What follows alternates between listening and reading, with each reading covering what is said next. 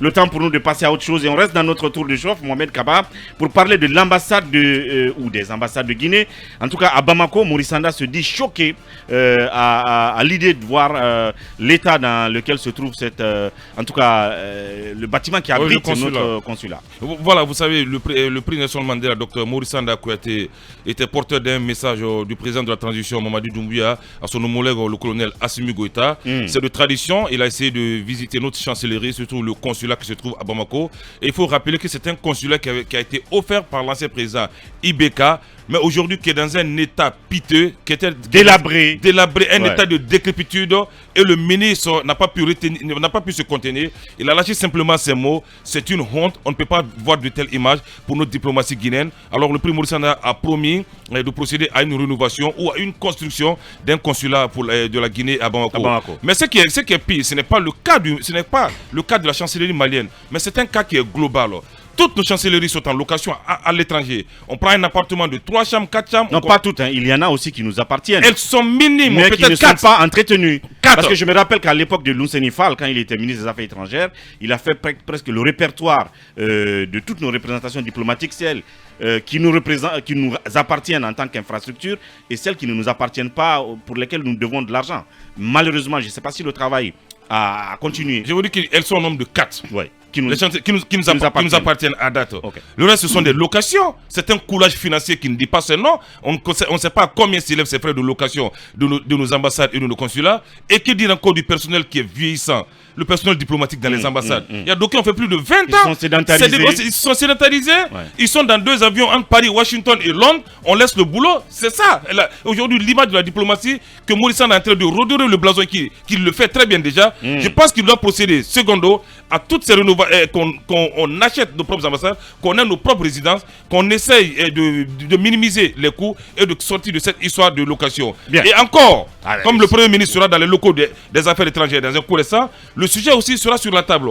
Il faut, j'insiste, de sources concordantes. Le personnel diplomatique doit être changé très bientôt dans les ambassades. Ils vont procéder à la nomination des ambassades très bientôt parce que des chargés d'affaires ont été nommés. Des ambassadeurs seront nommés très bientôt. S'en suivra, comment dirais-je, le meublage, si l'expression, vous pouvez me l'accorder, ils vont meubler désormais toutes les ambassades. Bien. Donc aujourd'hui, les missions diplomatiques de la Guinée à l'étranger, c'est une honte totale.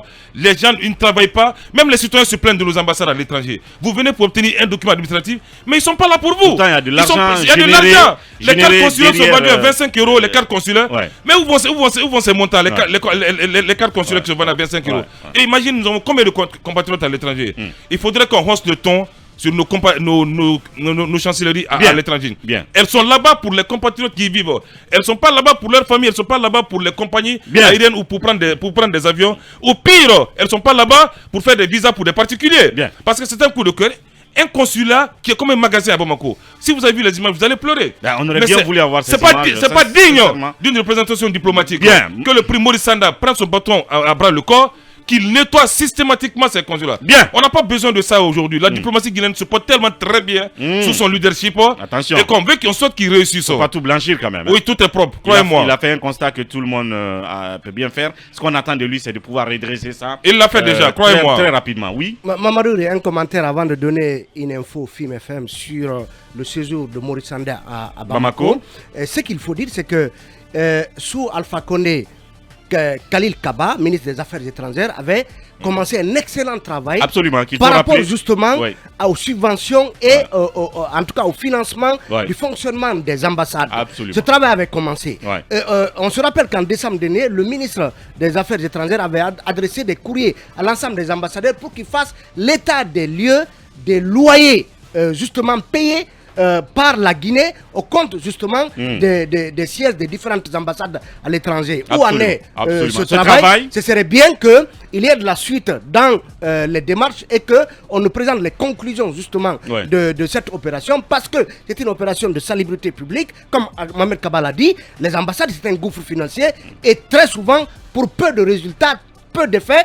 Si, en tout cas, on doit voir, on nous offre, comme Mohamed Kaba le dit, on nous offre un siège pour l'ambassade de Guinée au Mali et on n'est pas capable d'entretenir le minimum de cadre vital au sein de cette ambassade-là. Alors, l'autre info, c'est une info FIM-FM, c'est que l'autre objectif de la visite ou du séjour de Maurice Sanda à Bamako, c'est le dossier brûlant des soldats ivoiriens arrêtés au Mali et présentés par l'État malien comme étant des mercenaires. Selon nos sources maliennes et guinéennes, c'est que le président Mamadi Doumbouya a décidé de prendre ce dossier à bras le corps parce que vous savez que jusque-là, c'est une médiation togolaise, en tout cas qui était plus active sur le dossier, et à l'actif de cette médiation, il y a la libération de trois dames. Ils sont 49. 3 dames ont été libérées. Beaucoup ont estimé que c'est pour des raisons humanitaires et justement pour ne pas que la médiation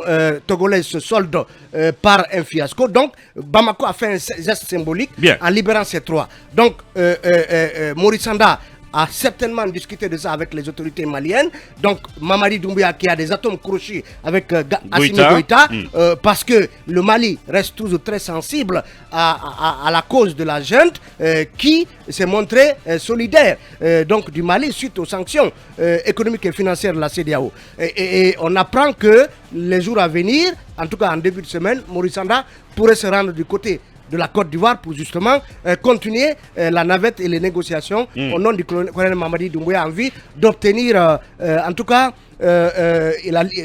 pourquoi pas la libération totale, mais en tout cas aider à trouver une solution qui limiterait la casse parce que voilà, la tension est très tendue entre Abidjan et Bamako sur ce dossier. Merci Talibé pour cette information FIM. Pourquoi pas un tête-à-tête entre les deux, Goïta et Mamadi Doumbouya, pourquoi pas, puisqu'on a vu celui du Burkina aller aussi voir Goïta à Bamako.